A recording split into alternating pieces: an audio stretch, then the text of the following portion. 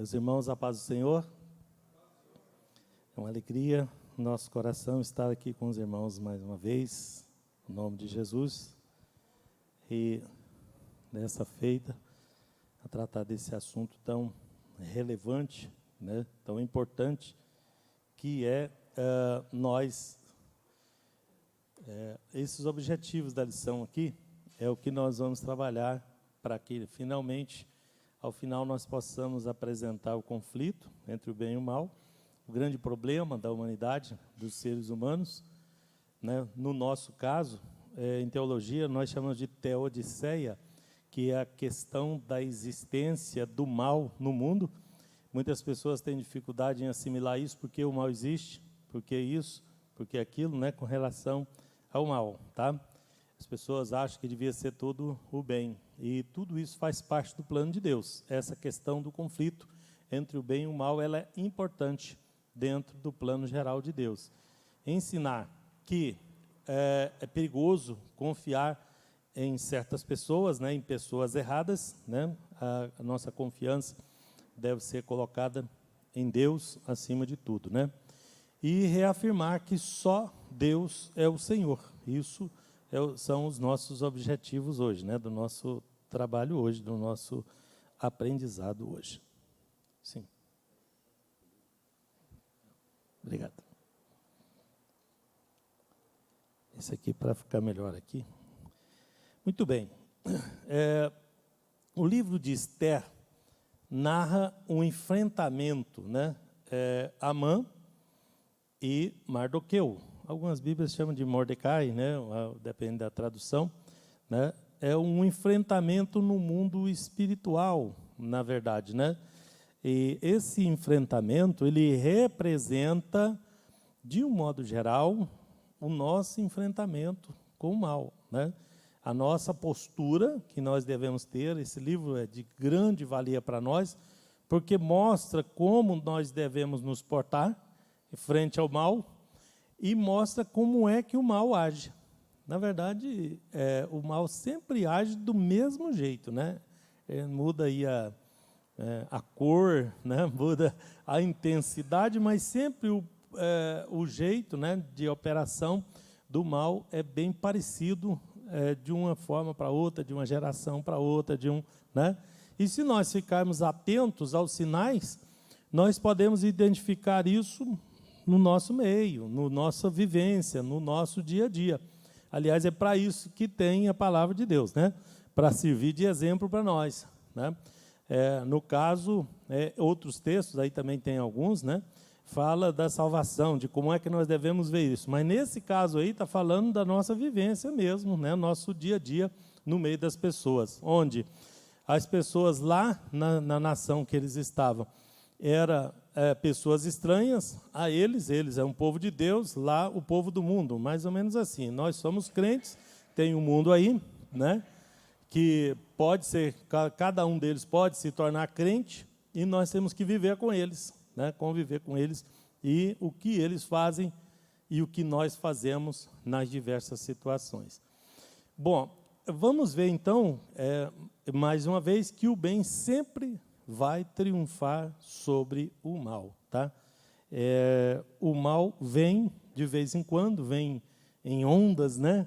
Como diz o poeta, mas o bem sempre prevalece, sempre, finalmente, né? Tudo contribui para o bem daqueles que servem a Deus. Sim.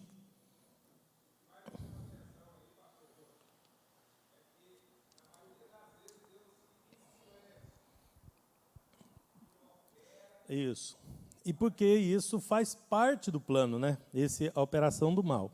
Outro dia eu pregando um evangelho para uma pessoa, e ele queria colocar essa questão do bem e o mal visível, né? Ele me pergunta, como é que está a guerra de Deus com o diabo? Guerra de Deus com o diabo? Do bem contra o mal. Os crentes falam que é Deus, e ele ria, né? E os outros falam que é o diabo e tal. E como é que está essa guerra? Eu falei, não tem guerra, não. Não tem guerra? Não tem essa briga, você está enganado. Alguém te explicou errado a situação aí. Não, mas por quê? Eu falei, não. O diabo também faz parte do plano de Deus. Ele só faz o que Deus permite. E ele está dentro do plano. Ele está bem vigiado. está bem prescrito, né? E ele tem um papel importante. Ele até assustou quando eu falei isso.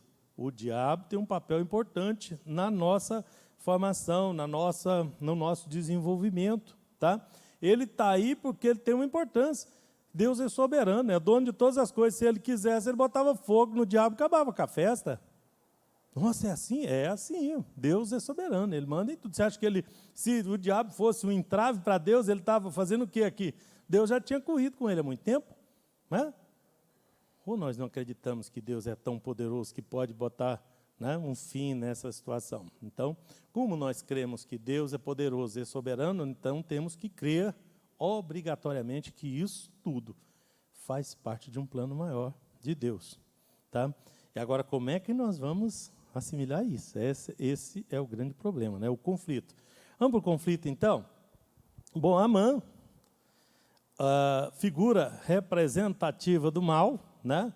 O sujeito ruim, invejoso. Uma coisa que eu vejo no Amã é que a gente vê nas pessoas que não servem a Deus, é que, primeiro, eles nos admiram. Segundo, eles nos invejam. Estou falando de um modo geral, tá? Porque esse amigo mesmo que eu estava pregando para ele é um empresário conhecido aqui na cidade, esse que falou do bem e do mal, né? Ele mesmo falava para mim, sempre falava, não, mas eu te admiro, você é um pastor evangélico aí, né? E ter esse trabalho, esse ministério, né? Ele não explicou bem por que ele me admirava, mas ele disse que me admirava. Então, as pessoas lá fora admiram os crentes. O seu vizinho te admira. Os homens sabem que você está certo. Eles admiram você querer viver em justiça, em novidade de vida. Eles olham para você, vê um modelo do que deveria ser. Quando um crente cai, irmãos, ele é um choque lá na comunidade que ele vive, porque as pessoas esperavam que ele desse certo. Apesar de que tem um outro problema aí, que é o problema da inveja, que é o caso de Amã. Né? Ele admirava tanto os judeus ali, ele, né, olhava, porque a gente olha para o Amã, você fala, não, ele queria acabar com os judeus, porque ele detestava. Não, é porque os judeus era admirável demais para ele, para existir. Ele morria de inveja dos judeus. Todas as ações de Amã é ação do invejoso, não é? Você já leu a história toda? Todas as ações dele é ação do invejoso. E o invejoso, ele não quer admitir, mas ele admira a pessoa que ele inveja. É por isso que ele tem inveja. Ele queria ser que nem aquele judeu. Vocês percebem isso? Eu queria ter aquela força, eu queria ter aquela convicção, mas não consigo, então eu luto contra isso. Essa é a premissa básica do invejoso. Exato, exato. Então ele considera como uma ameaça por isso, porque ele não consegue ser o que o outro é. Né? Ele olhava para o Mordecai, para o Mardoqueu, e ardia de inveja, né? Ardia de inveja. Essa é a real situação aqui, tá? Porque se a gente não identifica a situação, aí você fica olhando, não, tem um cara ruim lá que é do mal, que detesta. Não, ele não detesta, não. Ele admira tanto que ele quer lutar contra ele, tá? É uma questão de concorrência.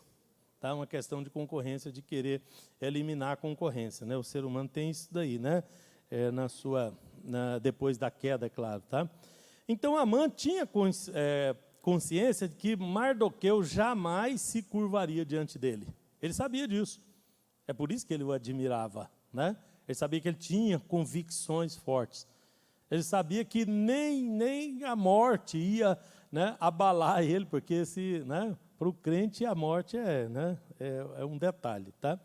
Então, a sua firmeza demonstrava o seu temor, né, e a sua fé em Deus. Tá? A fé do Mardoqueu ficava claro para as pessoas, porque ele era firme na sua fé. Aquilo que a gente faz com firmeza fica claro para as pessoas de que lado nós estamos.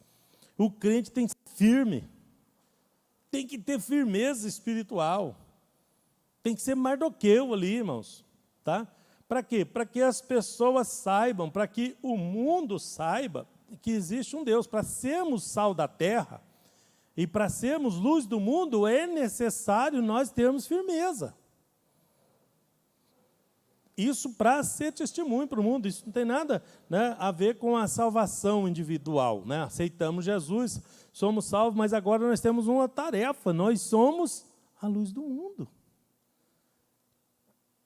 Nós somos o sal da terra. Se fosse só para salvar a minha pele, pronto, eu não precisava estar aqui hoje pregando, ter estudado, ter me preparado. Não era só eu ficar quietinho ali, recluso, viver ali meio ascético, meio, né, meio enclausurado ali, escondendo do mundo. Deus não nos mandou esconder do mundo, mas Deus mandou nós abrir o peito aí, ser a luz nesse mundo, tá? E viver aí no meio das pessoas e ser o exemplo, ser o sal.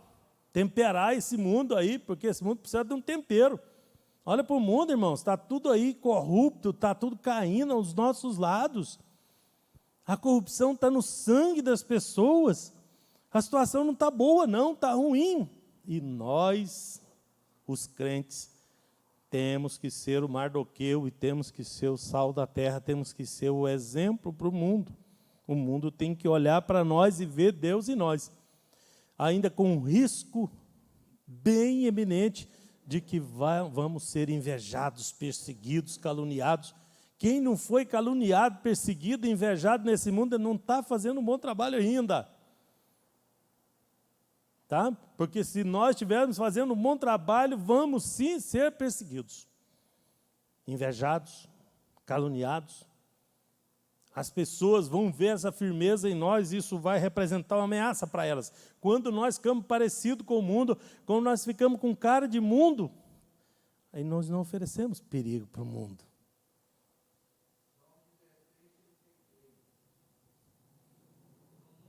No mundo tereis aflições, mas tende bom ânimo, eu venci o mundo. Então, esses evangelistas que pregam o evangelho da prosperidade aí, que é cabeça e não cauda, que é isso, que manda e que desmanda, está tudo errado, tá? Porque no mundo tereis aflições. E as aflições é porque somos crentes, é porque somos Mardoqueu, porque temos as nossas convicções e delas não abrimos mão, ou não deveríamos abrir.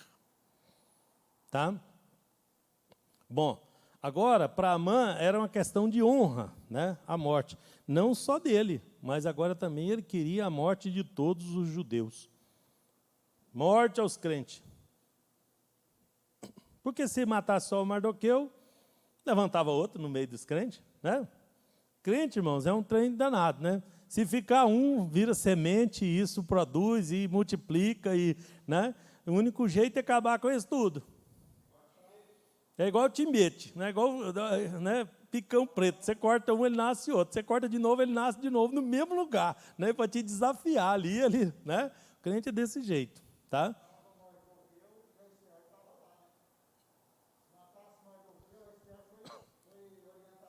Exatamente, exatamente. Ele já tinha a discípula dele ali, né? Bom, então agora ele queria que morresse todo mundo, até mulheres e crianças. Isso pega tanto que os nossos filhos, né? Os nossos filhos, nossos netos, né? Você vê meu netinho orando em língua, vocês ficam bobos de ver o menino com 2 anos de idade, né? Então, é uma ameaça sim para o mundo, viu? Porque vai ser um obreiro do Senhor e vai propagar essa palavra se isso chegar nele. Isso é o crente. Isso é o Mardoqueu, tá? Deus providencia para que a história tenha continuidade, para que ela não acabe. Tiririca. O tiririca tem uma batatinha lá, né? E nasce mesmo, né? No entanto, né, o Amã queria matar todos os crentes, mas para o Senhor a história teria um outro final diferente, tá? Não importa o que o seu inimigo planeja, tá? Porque a última resposta vem de Deus. Mais uma coisa, você tem inimigo. Você vive no mundo, você é crente, alguém quer acabar com você, alguém quer destruir. Tem muitos judeus que viviam naquele lugar que nem sabia que Amã existia, pois Amã era inimigo deles, mesmo sem eles saberem. Você é crente, você tem inimigo, o inimigo quer te destruir. Satanás veio para matar, roubar e destruir. Não vai conseguir em nome de Jesus, mas tem inimigo. Tem luta aí, tem batalha aí. Isso é o mundo espiritual, tá? Você ficou crente? Ficou. Pois é, você é inimigo de muita gente. Tem muita gente que quer te destruir. Tá? Tem muita gente interessado, né, no mundo espiritual querendo te destruir. Isso tinha lá e tem aqui.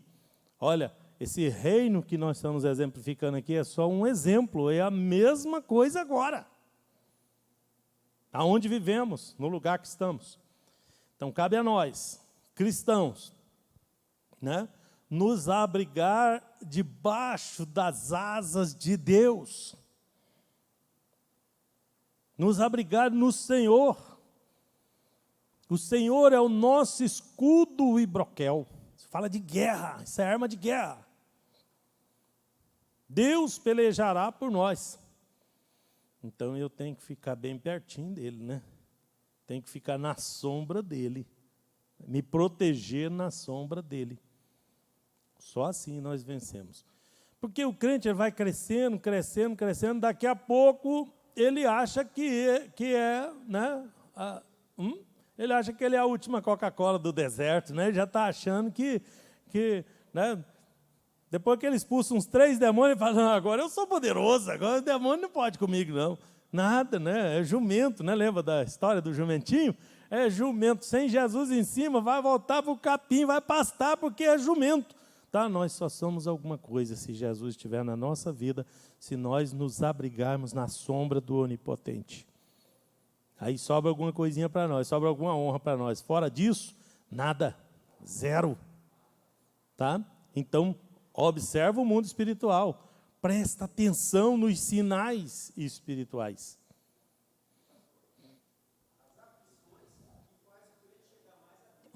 Exato, por isso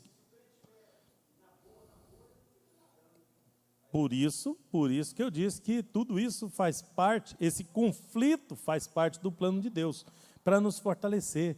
Então, para que a gente possa conseguir vencer o mal, Deus permite que a gente entre em conflito, para ir vivendo aqui e separando. Né? Porque Deus, na verdade, Ele quer saber como vai ser a nossa reação. Qual vai ser a sua reação? Ele já sabe, mas Ele quer provar para nós que a nossa reação vai ser essa ou aquela. Tá? Diante do mal, diante dos problemas. E nos protege. Vou dar um exemplo para vocês, bíblico. Eu gosto de dar exemplo bíblico, né? Quando Deus permitiu que eles saíssem da escravidão do Egito, lembra dessa história?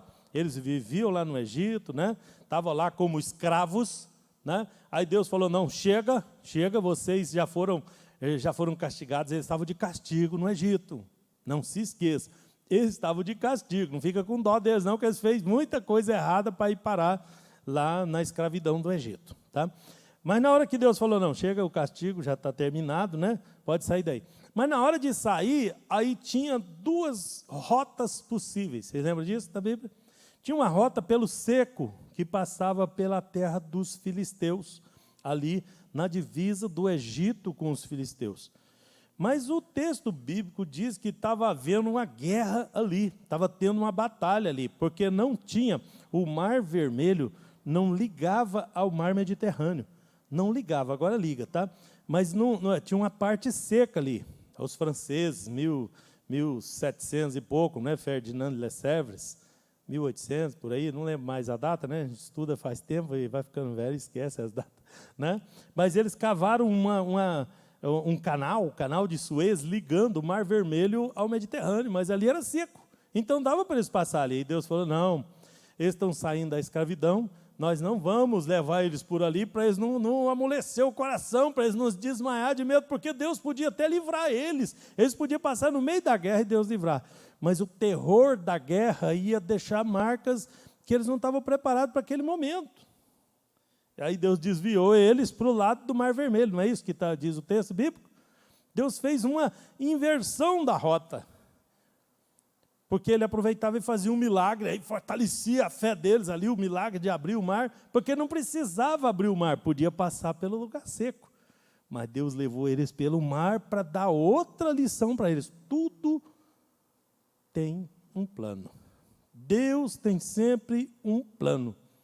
Tá?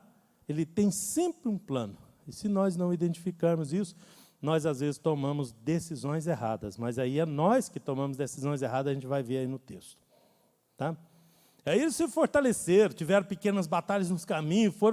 Quando eles chegaram lá em Canaã, podia voltar eles e passar pelos filisteus. Eles já estavam prontos. Já era outra situação. Então o mal, né, o conflito entre o bem e o mal, só fez fortalecê-los até chegar no lugar que Deus tinha determinado. Bom, o apóstolo Paulo deixou registrado em muitos lugares, tá? Nós podíamos ficar uma aula inteirinha aqui só falando do apóstolo Paulo e esse conflito aí, que é a nossa luta, né? Não é tão simples assim, porque a nossa luta, não temos que lutar contra a carne e o sangue, mas contra principados, contra potestades, contra os príncipes das trevas deste século, tá? Contra hostes espirituais. Hostes, são muitas, né? Miríades, tá? Em lugares celestiais. Paulo, falando aos Efésios, ele disse isso. Que nós temos que lutar no mundo espiritual. Então, amanhã você vai ter uma batalha. Ontem você teve uma batalha. E essa batalha se desenvolve no mundo espiritual. Satanás queria levar o irmão Antonino, está ele ali, ó. Venceu a batalha, está ali, ó. Tá? Então, parece que é físico, parece que é igual a todo mundo, mas não é igual, não, é diferente. Né? Deus entrou com a providência e deu a ele uma vitória, e ele está aqui. Estou feliz de te ver aqui, viu, Antonino? Alegrou meu coração. É aqui, né? Tem muitos exemplos aqui, né? Usei ele porque é o nosso ancião aqui, né? Que o inimigo, entre aspas, facilmente poderia levá-lo, né? Mas não levou, não tem facilidade para ninguém. No mundo espiritual é tudo igual, tá? Enquanto não chegar a hora dele, né? Enquanto não chegar o momento determinado por Deus, o inimigo não vai fazer, tá? O inimigo não vai prevalecer, porque temos sim um prazo de validade, temos um tempo nosso aqui, né? Mas o nosso tempo quem determina é Deus. Nós somos servos do Deus vivo. Então, punir apenas o Mardoqueu não lhe daria suficiente alegria ao Amã, ao inimigo, tá? Ele determinou acabar com todos os judeus, né? Dentro do gigantesco reino persa. Deixa eu contar um pouquinho do reino persa aqui, porque se a gente não entender o contexto, a gente não entende a história, né? A história toda. Por que essa história está sendo contada aqui? Deus falou através dos profetas, um deles foi Jeremias, que ia punir o povo de Deus, que ia punir o povo dele, que eles iam para o cativeiro. E Jeremias sofreu perseguição porque falou isso, né? Foi jogado na cisterna, foi preso, né? Jeremias sofreu porque ele falou para os judeus, falou, olha, está todo mundo andando errado, está todo mundo da idolatria, a coisa aqui está feia, Deus vai mandar todo mundo para o cativeiro. Aí eles ficaram nervosos e pegaram ele, né? Claro que não mataram ele porque Deus não deixou, né? Mas vontade eles tiveram também, né? Os judeus, os crentes, brigando com os crentes. Mas Deus usou esses mesmos profetas e disse, ó, mas ai dos povos que tocar no meu povo. Ai das pessoas que tocaram no meu povo, né? Quer dizer, é meu filho, eu corrijo ele do jeito que eu quiser, mas outro não vem querer corrigir meus filhos não, que eu não deixo. Não é isso que Deus está falando? Que Deus os protegeria.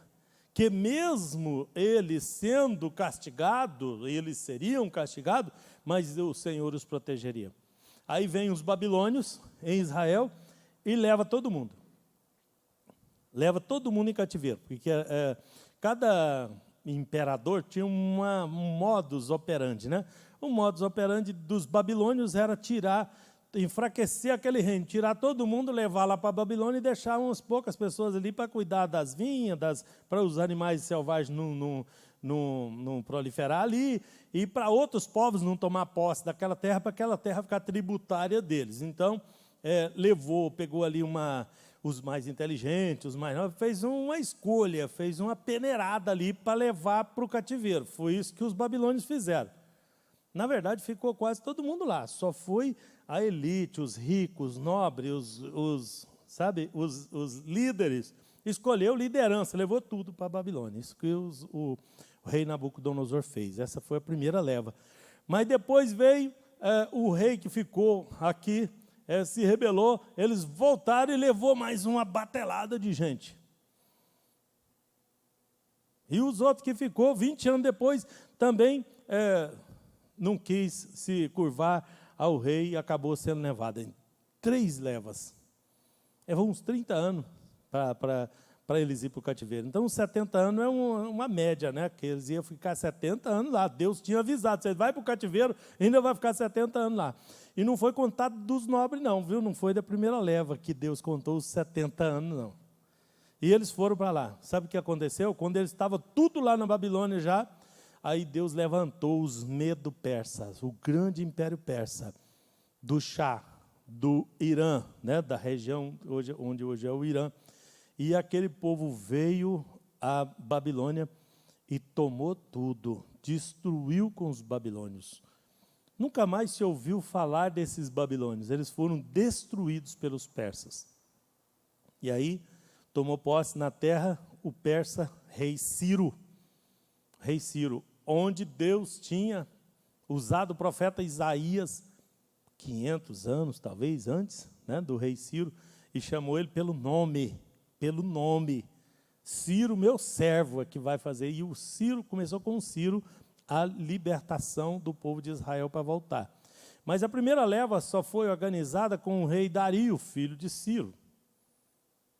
Aliás, Dario e Artaxerxes é o que mais teve depois, viu? Porque daí teve uma dinastia de persas aí, né? E eles tinham mania de botar nome de Dario ou de Xerxes, né? De Artaxerxes, tá? E aí ficou aquela dinastia, foram vários até chegar em Alexandre, né? Que foi quem puniu os persas, tá? Isso. Depois vem o rei Assuero. Rei Assuero é o nome do rei Xerxes ou Artaxerxes, transliterado para o grego. Não é traduzido, né? Não se traduz nome próprio, né? Mas transliterado do persa para o grego, ele chama-se Assuero, mas na história ele é chamado de Xerxes, tá? No filme é protagonizado pelo Rodrigo Santoro, né, brasileiro, que no grande filme dos 300, aí, que é uma corruptela do que aconteceu com Israel, né, que com 300 homens ganhou de 10 mil, os israelitas, né?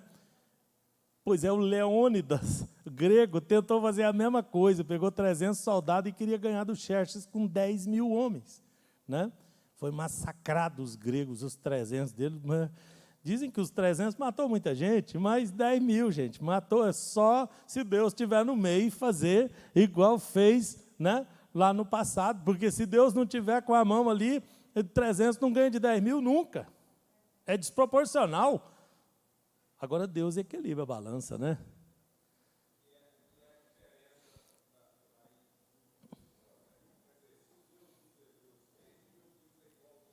Vai fazer, e não fez, foi nada, né? Foi massacrado. Então o Xerxes, o Assuero, o marido da Ester, é aquele mesmo rei que veio com 10 mil homens lá de Persépolis, já não era mais Babilônia, agora já eram os persas que mandavam lá. Ainda chamam de Babilônia de vez em quando, mas a cidade que o Xerxes, que foi que adornou essa cidade, dizem que era a cidade mais linda do mundo, era uma das maravilhas do mundo, a cidade de Persépolis.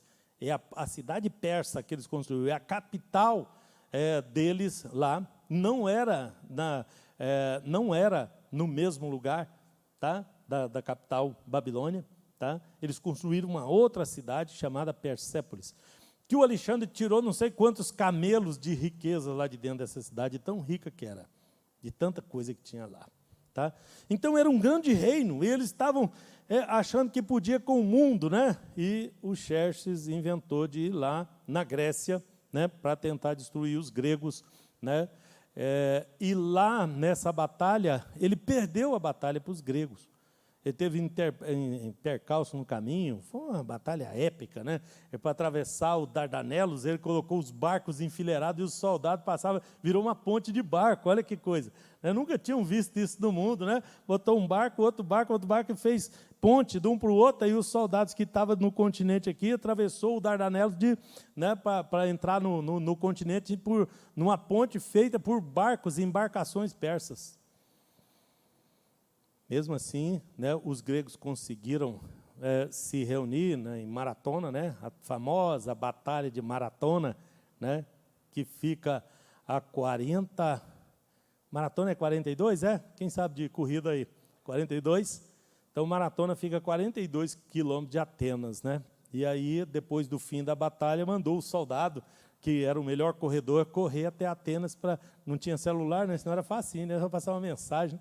Aí pegou o soldado que corria mais, mandou correr de maratona até Atenas para avisar que os gregos tinham ganhado a guerra.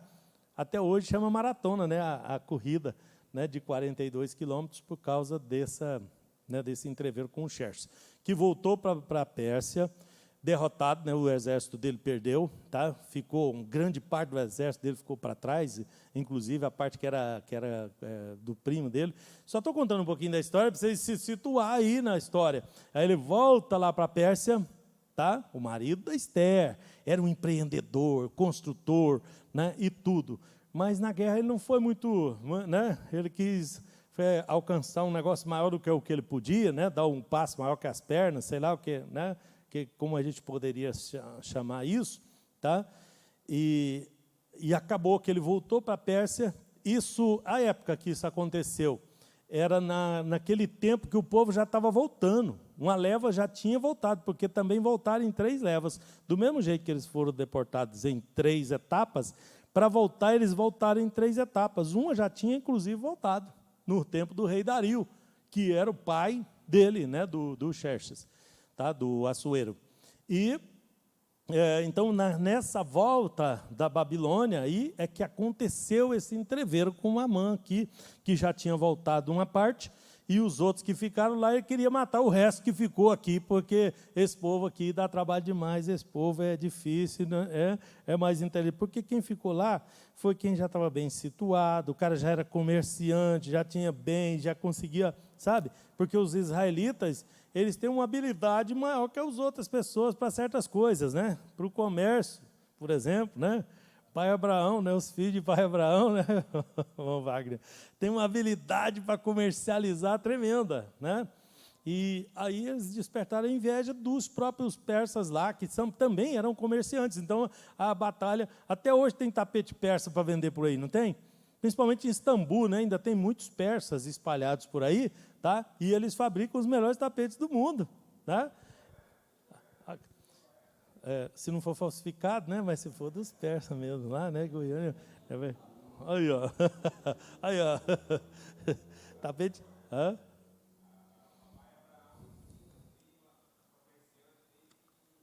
Aí, ó.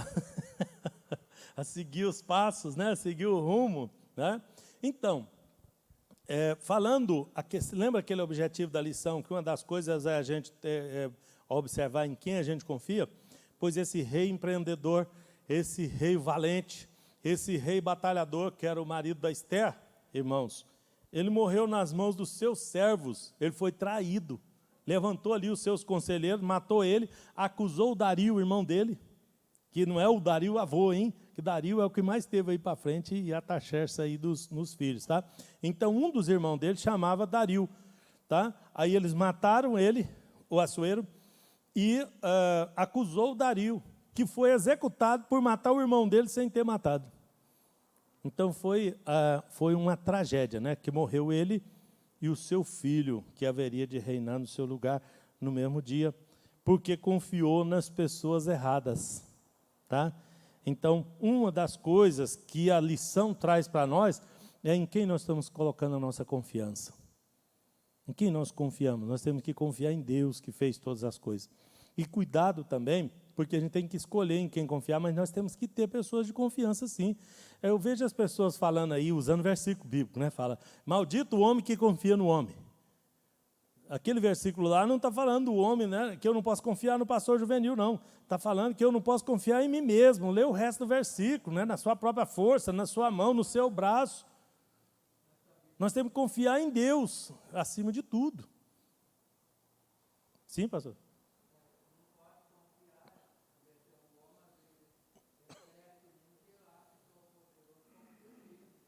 Exatamente, confia nele mesmo. Aí a soberba precede a destruição, né? Vem antes da destruição, tá? Bom, não devemos nos prostrar diante do opressor. É outra lição importante. Está vendo o tanto de lição aqui? Essa lição aqui era para ser distribuída em muitas outras, porque tem muitos princípios importantes aqui, tá? Que precisam ser bem observados. Então, Amã, usado pelo diabo, é claro, né? Por um lado, né? O lado bom dele, né? Sabe aqueles memes, né? Onde o diabinho fica de um lado e o anjinho do outro, né? Aí o diabo fala uma coisa, aí o anjinho fala do outro. Você já viu esses memes? Ninguém nunca viu, não? Só eu que vejo essas porcarias. Aí, né? Aparece aí para todo lado, né? Outro dia tinha um meme lá, o Lula, né? O diabinho falando na orelha dele lá, né? Vai lá, vai nadar com eles lá, eles te amam, entra lá também, né? No mar lá, né? Então, assim, o diabo só quer levar a pessoa para, né? Para destruição. Pois é, ele estava falando por isso, né? Então, Amã usado pelo diabo, né? O diabinho falando, né? Porque por um lado o anjo fala, não, isso aí né? Esse povo aí é forte, esse povo aí. Mas o diabo falava do outro, não, você tem que matar eles, isso aí é ameaça para você e tal.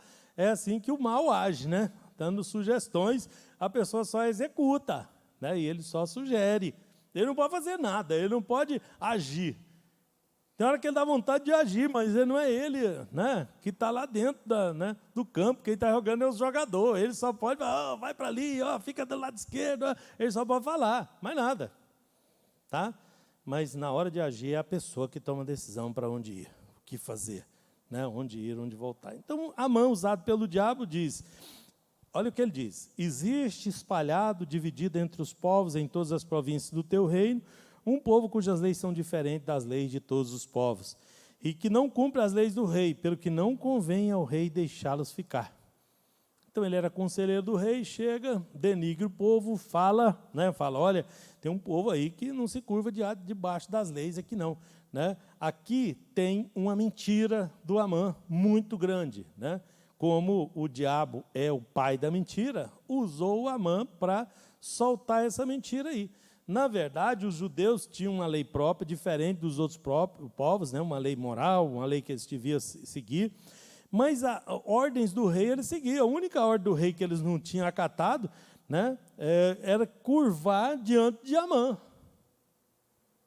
Era essa a única ordem, né? Porque maior é Deus, né? Eles só se dobravam diante de Deus. Ele já estava sendo punido porque tinha servido outros deuses lá em Israel, porque tinha se entregado à idolatria. Então, o cativeiro do Egito e o cativeiro da Babilônia curou os judeus. Até hoje, os judeus, eles podem cometer outros pecados, mas idolatria é muito difícil. Eu nunca vi falar, né? Se vocês já ouviram, me falem. Né? Mas judeu não se dobra na idolatria, não. Eles foram curados disso. Tá? Eles passaram 1000 e tantos anos fora da terra deles, deportados depois disso. Voltaram em 1948 para lá, para a terra, por causa da idolatria, por causa dos pecados deles. Então, eles foram curados. Tá? E aqui eles estavam no processo de cura e não se dobraram diante de Amã. Não, tem que adorar Amã. Amã queria ser Deus, queria se sentar no lugar de Deus. Ele era tão ambicioso, né, que ele queria ser Deus. E o Xerxes, seguro da sua posição, né, o Assuero, eu chamo de Xerxes porque eu estou mais acostumado com a história, né, a história geral, do que com a história bíblica, que é bem pequena a história bíblica. A história geral fala muito mais disso. Tá? Então, eu tenho o maior costume de chamar ele de Xerxes. Né? E ele se valeu do artifício da mentira, né, e colocou aí que o povo de Deus era um povo insurgente, um povo desobediente, que o rei devia atentar para isso. E o rei, ao invés de investigar, olha, a gente confia nas pessoas e não investiga. Né? Esse defeito do rei aí, que matou ele. Vocês lembram que eu contei para vocês que foi os próprios conselheiros dele que matou ele? Pois é, ele não prestou atenção. Então, nós temos que saber em quem nós devemos confiar. Nós temos que abrir os nossos olhos, né? Os nossos olhos espirituais. Aqui é uma conversa do rei com Amã. Não tem nada a ver com os crentes, mas essa conversa aqui definiu uma coisa importante para o reino dele. Tá? Uma coisa importante para o reino geral. Porque imagina se eles matassem mesmo os judeus, Se os babilônios foram destruídos só porque tirou eles da terra, se eles intentarem, claro que Deus não ia deixar eles matar, né? Deus ia agir antes. Mas se essa coisa tivesse piorado, para o reino seria ruim também. Eles seriam punidos por Deus, por ter atentado contra, né, como foi Amã foi punido. Mas imagine que a nação inteira seria punida se essa coisa florescesse. Porque Deus tinha dito que qualquer nação que se levantasse contra Israel ia ser destruída. E Deus abençoou os persas por causa de Israel, gente. Porque eles permitiram que Israel voltasse. Isso estava dentro do plano de Deus. Deus falou que o castigo era só 70 anos. Né? Vocês vão para ali e ficam 70 anos de castigo, depois vocês voltam. Tá? Essa era a conversa de Deus com eles. Mas dependia da atitude deles. E eles foram benévolos com o povo de Israel, até chegar em Xerxes, que não prestou atenção. O Amã veio com essa conversa, ele acreditou no Amã, né, e não quis nem receber. Eu fico pensando se ele recebesse, né? E amaldiçoarei os que te amaldiçoarem. Isso é uma regra geral, tá? Além de ter as específicas também, tá? Então, dessa conversa aí, podia ter saído uma tragédia. Né? Dessa conversa do Xerxes com o Amã, né? Podia ter sido muito pior. E veja, que ele ofereceu dinheiro. Tem gente que paga para te ver destruído.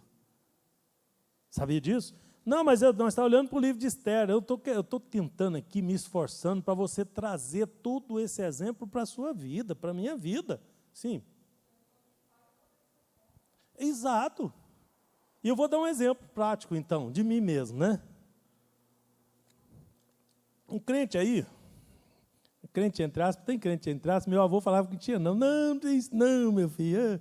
Um crente entre aspas aí me ofereceu para mim ir no encontrão, que eles estavam oferecendo aí, sabe aqueles negócios que vêm de vento, de ondas, né, para tentar destruir o povo? Veio uma onda dessa aí há um tempo atrás, e eles faziam um encontrão escondido, e eu ainda falei para ele, não tem nada que vocês vão me falar lá, que você não me possa falar aqui, eu posso falar aí, ó, né? Abra, rasga o verbo. Não, você tem que ir lá, o negócio lá é tremendo, Deus é tremendo, e tremendo para lá, e tremendo para cá, e tentando me convencer. Eu falei, não, eu não vou mexer com isso, não tenho interesse, não. Eu pago para você ir. Porque tinha que pagar uma taxa para ir nesses encontrão. Eu pago para você ir. O sujeito pagava para me ver eu enfiar no meio daquelas porcarias, você acredita? E aí, né, você liga a luzinha espiritual, fala, não, mas o inimigo paga para ver a sua destruição, está vendo? Eles estão interessados na sua destruição. E se a gente não lê o mundo espiritual, porque a gente confunde o bonzinho com o ruim, não confunde? Nós, seres humanos, olhamos para o... Né, porque o mal, ele faz cara de bonzinho. A Bíblia fala que é lobo em pele de ovelha, né? Ele faz um disfarce, né? Então, o mal se disfarça de mais bom do que os bons. E os bons não têm disfarce, eles são o que eles são. Então, a gente confunde o bem com o mal e o mal com o bom. Não sabemos quem é bom nem quem é mal. Sabemos que bom é Deus, que fez todas as coisas, que nos sustentou e nos trouxe até aqui. Mas o mal se brota dentro das igrejas. Porque quem me ofereceu pagar aquela porcaria para mim lá, e eu sei que lá tinha coisas que não estavam de acordo com a vontade de Deus, foi crente. Por isso que eu falei crente entre aspas, viu?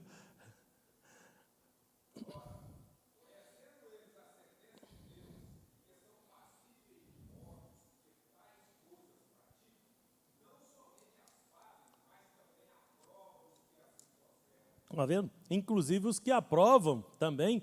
Por isso nós temos que tomar cuidado com as nossas posições. Qual a posição da igreja? Qual a sua posição com relação ao homossexualismo, com relação ao aborto, com relação aos grandes temas que estão sendo discutidos? Tem crente que acha melhor ficar quietinho, na encolha ali, escondidinho. Pois da nossa decisão é que vai, né? Porque se nós aprovarmos o que não é lícito, nós somos culpados também. Porque não defendemos o que é bom. E, às vezes, para não melindrar, a gente fala, não, eu não quero tocar nesse assunto, eu não quero falar disso, né? Eu fico fora. Aí eu sei, cada um faz do jeito que quer, cada um faz da forma que bem entende. E o sapatinho? Exatamente.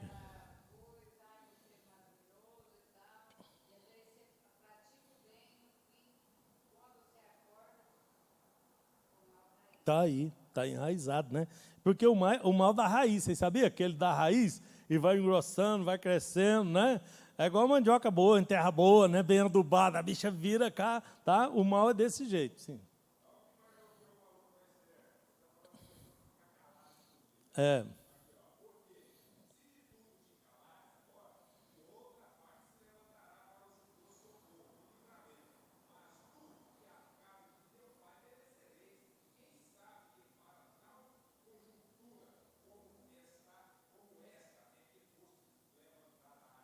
Aí, tá vendo? Quem sabe foi para essa hora, eu vou falar disso aí daqui a pouquinho.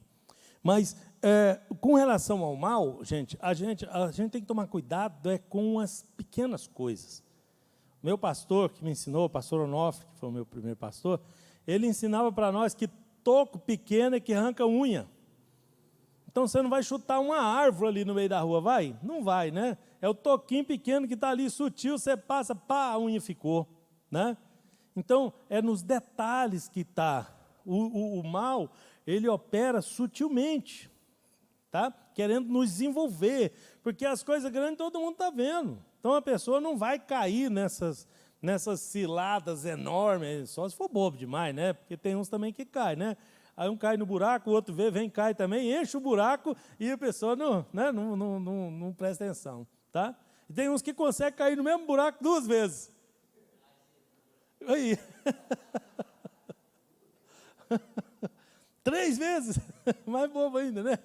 Então, acontece, tá? Mas o mal opera, via de regra, ele tem todos os pratos, mas ele opera mais nisso que a irmã está falando aqui, sapatinho de algodão. Ele vem ali disfarçado de bom, ele vem ali parecendo crente, ele vem ali, tá?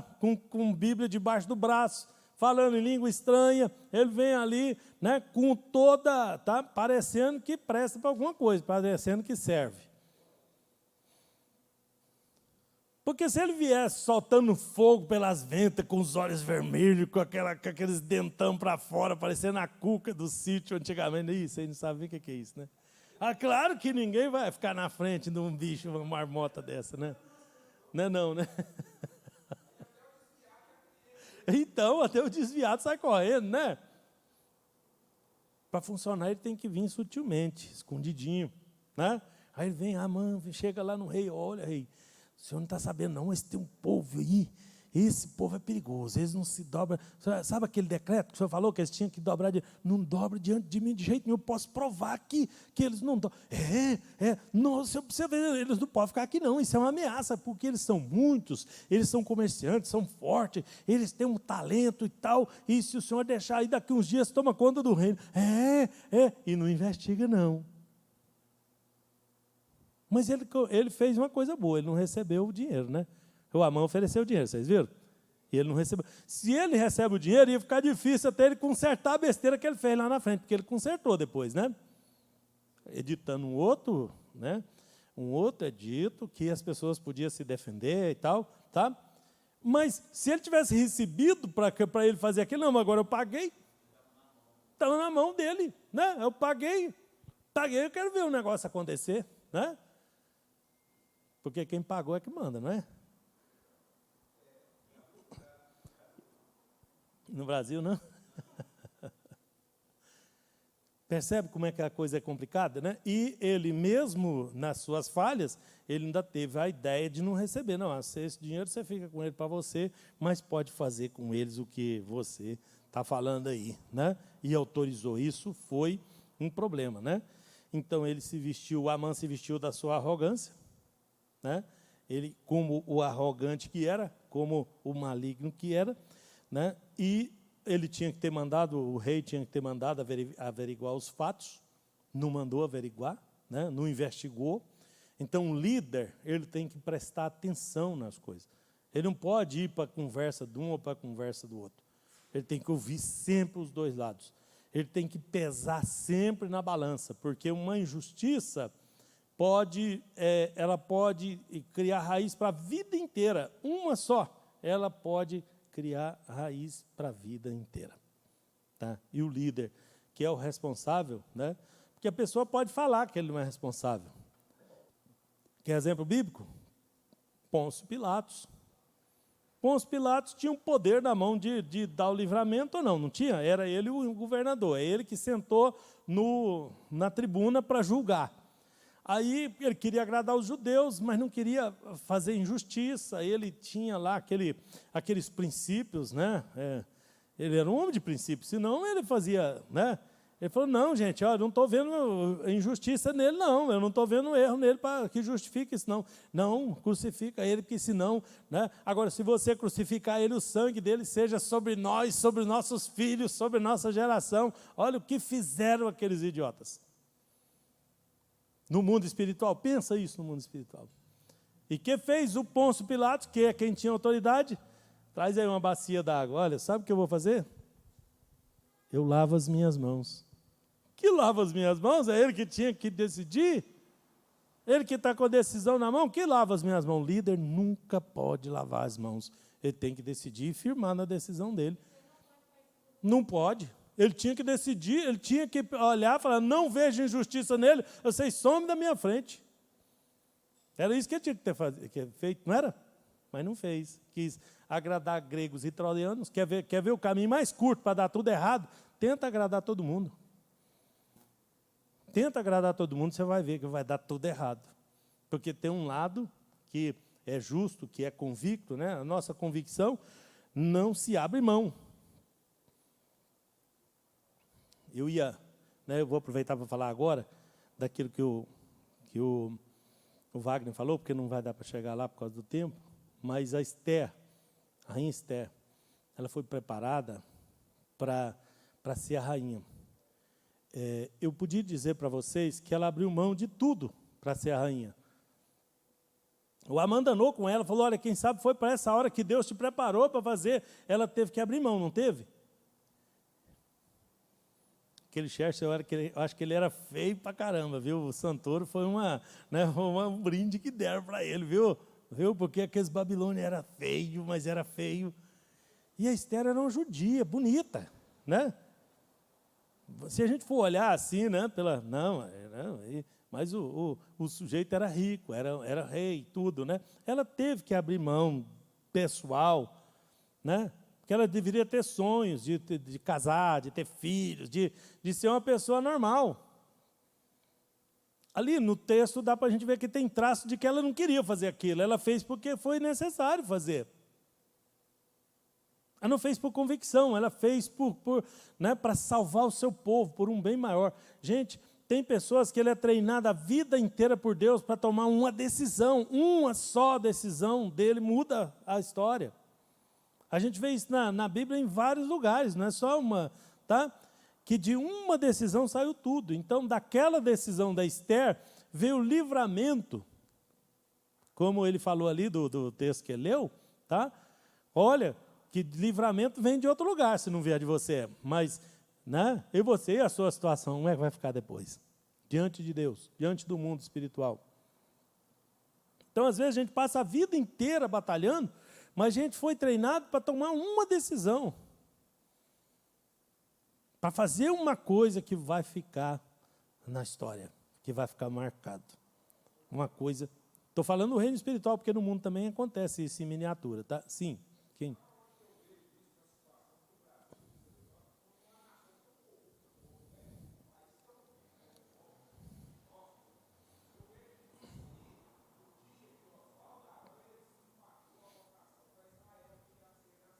Isso. E como é que isso invadiu o Brasil? Aí veio os esquerdistas, lutou contra Israel. Vocês sabem que o Brasil financiou armas para o Hamas e para os inimigos de Israel, através dos governos de esquerda aqui no Brasil. Então, na hora de escolher o governo, a gente fica olhando, porque isso aqui, porque é bom para os pobres, porque não sei o quê. Tem que olhar o mundo espiritual inteiro. A gente tem que olhar as coisas todas. Porque o lado que nós decidimos, a decisão que tomamos, vai influenciar lá na frente o que vai acontecer com nós, como nação. Qualquer um que se levantar contra Israel vai ser punido. Os profetas disseram lá atrás, e não teve um no caminho aí que se levantou contra Israel, que não caiu. Aliás, até hoje eu estou de queixo caído, quando eu li a história. Vocês já leram a história da volta de Israel, do sionismo? Quando a ONU, esse fato aí que ele falou do Oswaldo Aranha, determinou que eles viessem, ele deu um pedaço de deserto para Israel. O pedaço que a ONU deu para Israel voltar é um pedaço de deserto, tá? Não tem nada lá. E vieram ali um grupo enorme de judeus e se estabeleceram ali. Na mesma hora, todos os países em volta, 6 nações, se levantaram para guerrear, declararam guerra na mesma hora contra Israel. E o mais incrível, que Israel estava chegando ali, não tinha condição, não tinha nada, venceu a guerra contra essas 6 nações de maneira milagrosa, poderosa, porque Deus pelejou por eles de novo. É Deus que desempata a proporção. O resto, tudo é proporcional. Tudo no mundo é proporcional. Mas quando Deus entra no meio, aí Ele tira a proporção.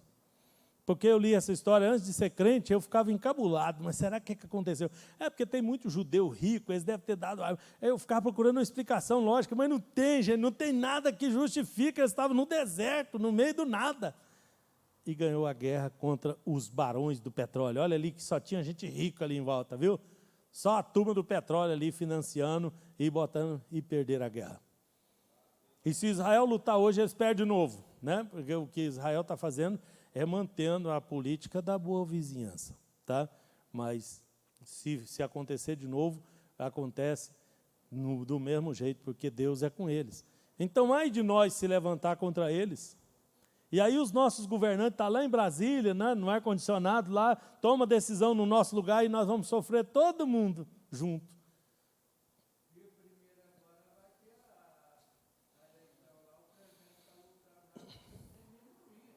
Exatamente. E às vezes nós não sabemos aqui. Então.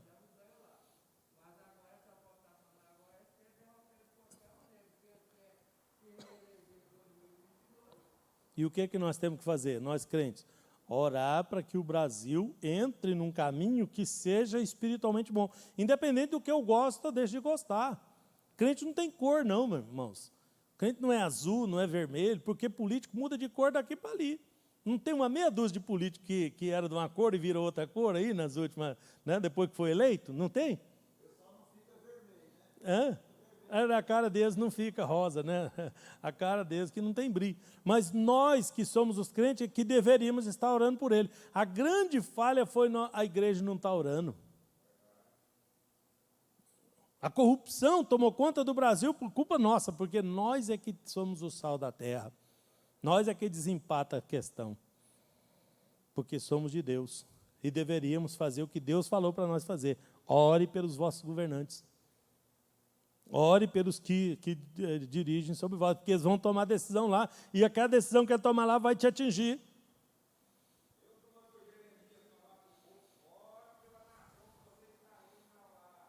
Então, e eu vou terminar falando para vocês da atitude da Esther na hora que foi fazer uma grande... Porque a gente tem que perceber também quando é coisa grande, né? Olha, o que eu vou fazer é grande, a situação aqui exige, né, um cuidado especial, a situação exige que medidas emergenciais. Então, medida emergencial, eu vou lá, vou falar com o rei. Então, vou enfrentar um reino espiritual. Ele era o marido dela, mas ela estava diante de um reino espiritual, ela sabia disso. Então, o que ela fez? Botou a casa dela para preparar. Falou, ó, nós vamos jejuar, nós vamos preparar, nós vamos, né, entrar na presença de Deus aqui, depois eu vou lá. É isso que o crente faz. É isso que o crente tem que fazer, tá? Ele tem que orar. Ele tem que pedir a Deus. Ele tem que ir, né? Mas ele tem que, a presença de Deus tem que estar com ele em tudo que ele vai fazer, para dar uma boa solução, para dar um bom encaminhamento, para dar uma boa, né, uma boa direção, tá? E ela fez certo, tá?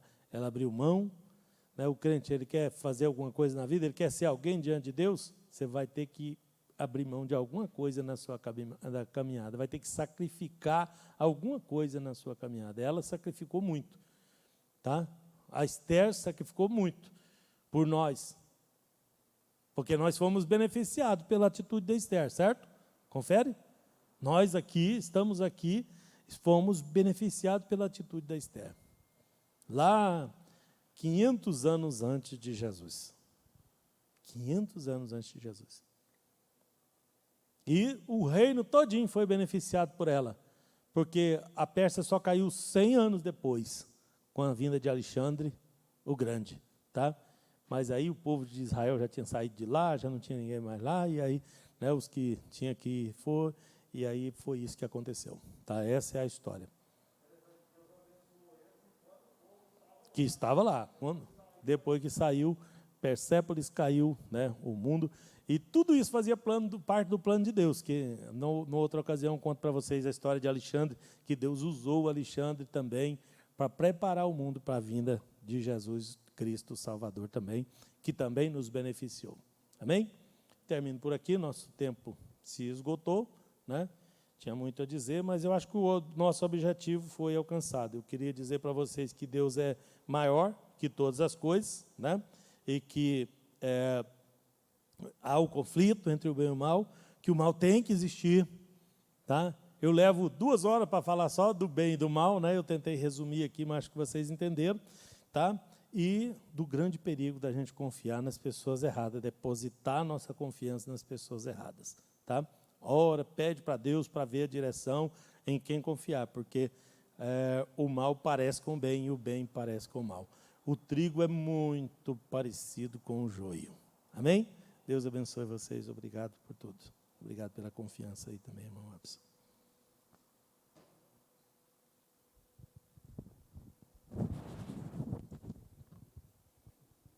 Obrigado, pastor Júnior. Eu agradeço muito aí. O pastor Miro também, que passou a escala, né, que comunicou o pastor Júnior. Eu, particularmente, sou um admirador muito grande da parte histórica. E eu também sou aluno do pastor Júnior no curso de teologia. Convido os irmãos também que tiverem interesse, poder participar do curso de teologia. E fico muito encantado com a parte histórica. E aí, quando o pastor Júnior faz esse apanhado, né, geral, porque precisa de fazer um embasamento, sabendo da história, a gente tem, sabe onde está pisando, né? Então, muito importante a abordagem. Tá? Então, eu agradeço muito o pastor Júnior, assim como os demais pastores também que estão sempre aqui abrilhantando as nossas escolas, a nossa EBD. E Deus abençoe cada um dos irmãos. Devolvo para o pastor Juvenil fazer o fechamento, fazer a conclusão e finalizar a escola. Nós temos o culto às 19 horas. Estão convidados. E muito obrigado pela oportunidade aí. Eu fiquei apertadaço, viu, pastor Júnior? Teve um momento que o senhor falou aqui no final agora que eu fiquei sacudido.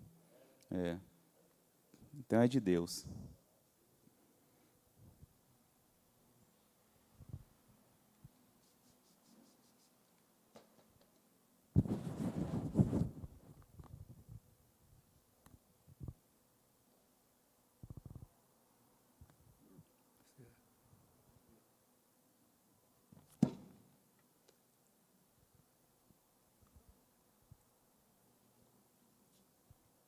A paz do Senhor para os irmãos. Quem está aí no computador, por gentileza, nós estamos nessa lição no capítulo número 3. Gostaria que colocasse aí o versículo 1 e 2. Capítulo 3, 1 e 2. Irmão, essa lição aqui é uma lição muito profunda, embora seja história, mas é uma história do bem e do mal. E aqui nós encontramos aqui, nós voltando para hoje, para o dia de hoje, para nós aqui presente, é a questão de confiar em outro. Confiar em outro. Porque a gente que está na frente do trabalho aí, os obreiros vêm, tem uma palavra boa, parece que é tão bom, mas depois que você escolhe a pessoa e coloca em determinado lugar, dando poder para ele, aí é outra pessoa. É os dias atuais hoje.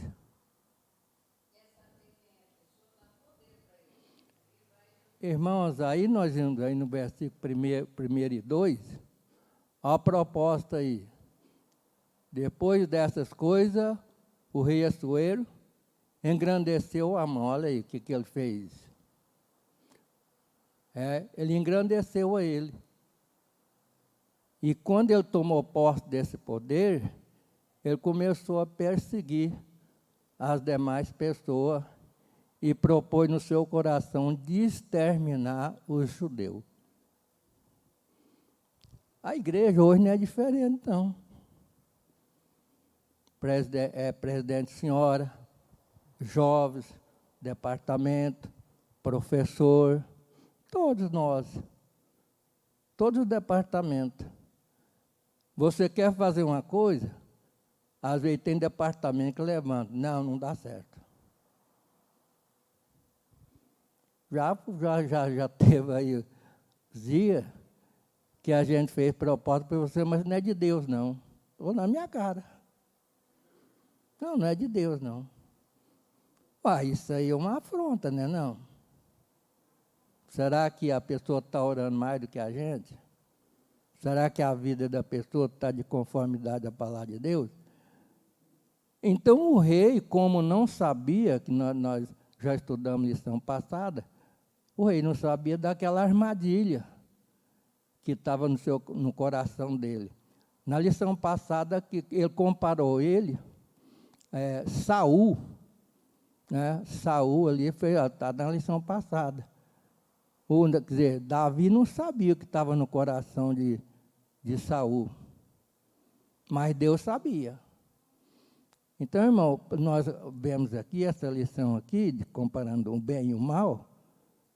Você vê aí, eu não vou nem levantar minha mão, mas quem de nós que aqui estamos, já foi lá no Caiado, lá e conversou com ele a respeito de qualquer assunto?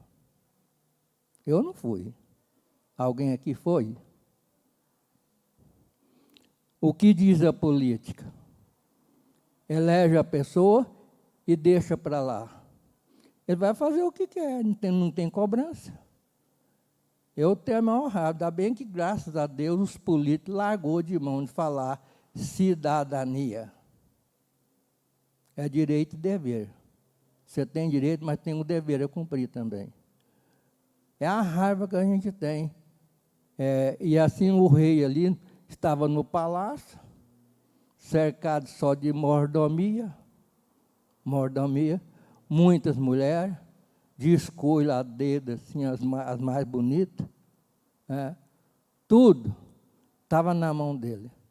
Mas acontece, hoje nós escolhemos a pessoa, e às vezes escolhemos a pessoa errada. Porque você não sabe o que está no meu coração. Eu nem sei o que está no coração da Jessi agora. Ela sabe. Eu não sei. Eu sei o que está dentro de mim. E aqui acontece que ele foi dotado de poder para exterminar. Quantas pessoas que estão dentro da igreja e hoje, do jeito que está a tecnologia, está exterminando a igreja. Está exterminando a igreja com rede social. É o mal que está dentro da pessoa. Ele age como se fosse normal. A pessoa acha que está tudo normal. É ou não é? Seu lugar acima de todos os príncipes que estava com ele. Quer dizer, ele ficou maioral. Agora eu faço o que eu quero. O rei autorizou, eu vou fazer o que eu quero. Não é assim. Nós temos que prestar obediência. Se nós não obedecer, qual foi a derrota de Saul? Por que ele foi derrotado? Por que ele então morreu tragicamente, ele e seus filhos? Só ficou um que estava lá no palácio, medroso. Não, você fica aí e tal, você não é guerreiro mesmo. Deixa só os outros que vão comigo. Ficou lá o medroso no palácio lá. Um deles ficou lá no palácio. Se tornou rei, mas fracassado. Então, irmão, é terrível. Então, a igreja nós temos que ter uma posição na igreja, do bem e do mal. O mundo jaz no maligno. Agora, nós queremos viver dentro da igreja e viver fora da igreja também. Quer dizer, levando uma vida de dupla personalidade, aí é difícil, irmão. É difícil. Aí está, então, comparando aí naquela época, de mais de quê? Uns 4.000 anos, mais ou menos, ou mais, né? Mais. Não, estou falando agora, atual. 2.500. Então, vamos lá. Porque o dilúvio, né, só foi 2.000, né? Aí depois veio para cá, veio essa guerra aí, Torre de Babel, aquela coiseira toda. Então, aqui nós vimos, irmão, que 2.000 e tantos anos que já se passaram. E a guerra continua. A guerra continua para mim, para você, para a nossa família, em todo lugar, dentro de casa, aonde quer. Aonde está o nosso inimigo? Os inimigos estão onde? O que diz a Bíblia? Os inimigos do homem é a nossa própria casa. A minha casa espiritual, mas e a casa também, que você vive em convivência com os outros. Jesus foi bem recebido lá na sua pátria? Rapaz, vai pregar para os outros. Você está trabalhando com nós aqui esses dias aqui, ó, pregando prego aí, está ajudando nós aqui, você vai pregar para os outros, rapaz. Nós aqui não quer saber de você, não. Mandou ele embora. Aí ele ficou chateado? Não. Aí o que ele disse? O que ele falou? O que Jesus falou? Não há profeta sem honra, a não ser que na sua própria igreja. Vamos traduzir para hoje. Sem honra, dentro da sua própria igreja, no meio de seus irmãos. Eu te conheço. Lá na sua casa, é assim, assim, assim, assado. Então, eu conheço sua filha, seu filho, conheço seu genro, sua nora, conheço a sua pessoa. Você está falando o quê? Você tem exemplo para poder falar aqui? É a lição, irmão. Essa lição aqui é muito profunda, mas que é o versículo número 2. Nós já estamos encerrando. Número 2. Versículo 2, irmã, coloque, por favor. Número 2. Olha aí, vamos todos nós ler lá, vou encerrar. E todos os servos do rei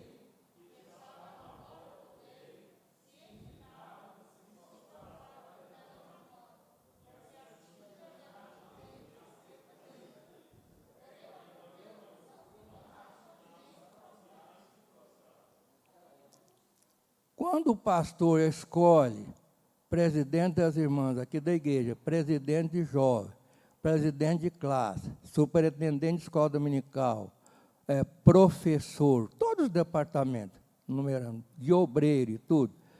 Aí, assim, ele já passou, ele te deu essa ordem.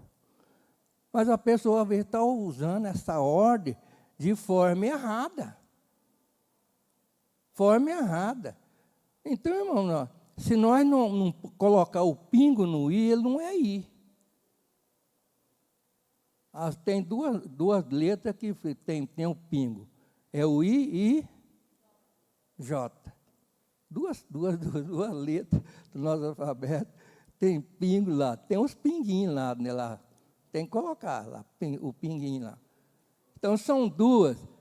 E, às vezes, nós não observamos essas coisas, mínimas coisas, nós não observamos. Não observamos. E a igreja, então, é derrotada. Porque hoje está fácil demais. Lá no Japão, pessoa falar mal de mim aqui no Brasil. Através de quê? Comunicação com a outra pessoa, às vezes está dentro aqui da igreja. Hoje a tecnologia, quem tem acesso aqui, esse pastor Júnior tem, esse código de monitorar aqui a igreja.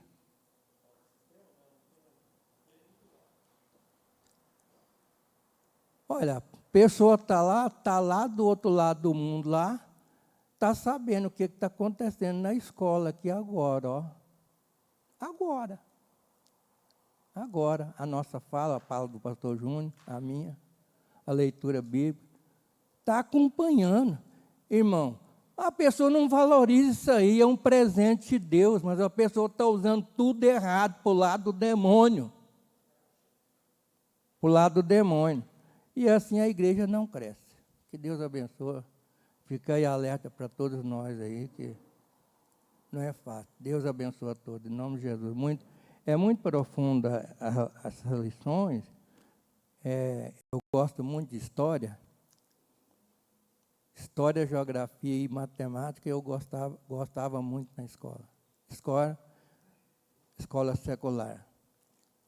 Na matemática, quando eu fiz aí a admissão, que não existe hoje, não existe essa ponte mais para você entrar no curso.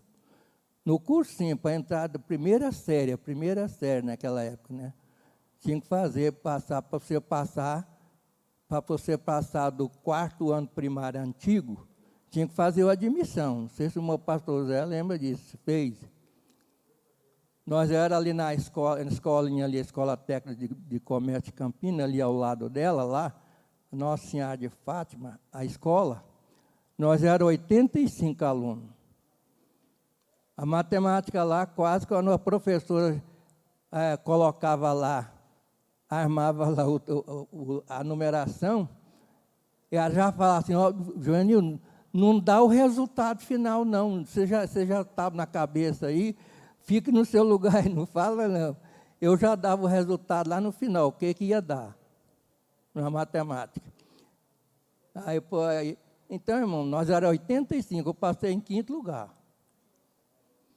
Em 5º lugar. Eram 85 alunos fazendo esse curso aí, básico para poder entrar na primeira série daquela época, do 1º ano, do hoje o estudo fundamental.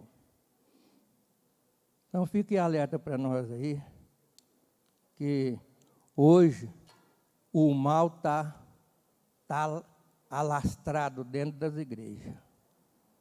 Se nós não tomar posição, nós vamos perder a batalha. Vamos perder a batalha, tem que tomar posição, porque da maneira que está, não cresce. A igreja tem que crescer.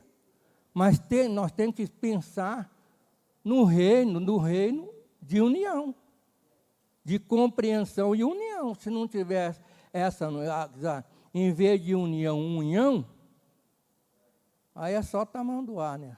Recebe um abraço tamanduá para você ver. Você fica vivo.